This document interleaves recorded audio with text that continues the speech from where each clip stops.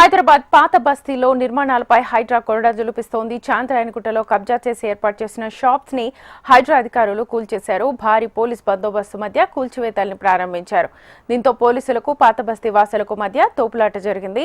Hydraa JCB ఎక్కి JCB ముందు పడుకుని కూల్చివేతలను స్థానికులు అడ్డుకుంటున్నారు. హైడ్రాకు రంగనాథ్కు వ్యతిరేకంగా ఎంఐఎం కార్పొరేటర్లు నిరసనలు చేపట్టారు. నిరసనలో తెలిపిన వారిని పోలీసులు అరెస్ట్ చేసి పోలీస్ స్టేషన్కు తరలించారు.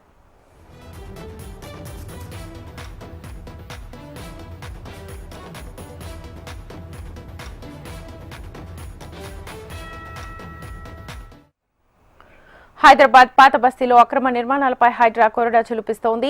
చాంద్రాయణగుట్టలో కబ్జా చేసి ఏర్పాటు చేసిన షాపులను హైడ్రా అధికారులు కూల్చేశారు. భారీ పోలీస్ బందోబస్తు మధ్య కూల్చివేతల్ని ప్రారంభించారు.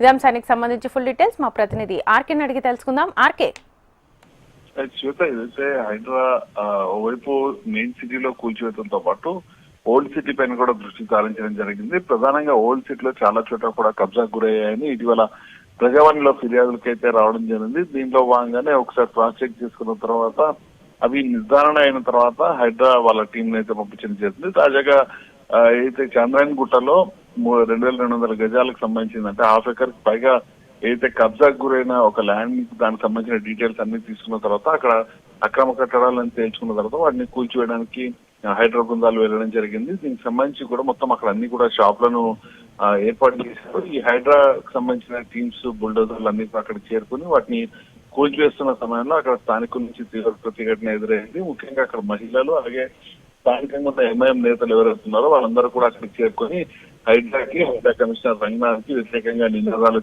చేయడం జరిగింది. వీటితో పాటు గత కొన్నేళ్లుగా కూడా మేము ఇక్కడే షాపులు నిర్వహిస్తున్నాం, ఏ విధంగా కూల్చివేస్తారంటూ కూడా అధికారులను అయితే ప్రశ్నించడం జరిగింది. మరోవైపు హైడ్రాకు సంబంధించిన అధికారులు ముందస్తుగానే స్థానిక పోలీసులకు సమాచారం అందించడంతో పెద్ద సంఖ్యలో పోలీసులు కూడా మోహరించారు. ఎవరైతే షాపుల తొలగించడాన్ని అడ్డుకున్నారో వాళ్ళందరినీ కూడా అక్కడి నుంచి స్థానిక పోలీసు స్టేషన్ తరలించారు. మరోవైపు ఎంఐఎం అభివృద్ధికి సంబంధించిన ఆ నియోజకవర్గమే కావడంతో పోలీసులు పెద్ద సంఖ్యలో మోహరించడంతో పాటు అందరినీ కూడా అక్కడి నుంచి అయితే తరలించడం జరిగింది. ప్రస్తుతానికి ఆ షాపులకు సంబంధించిన కూల్చివేతల ప్రక్రియ మొత్తం కూడా పూర్తవడం జరిగింది.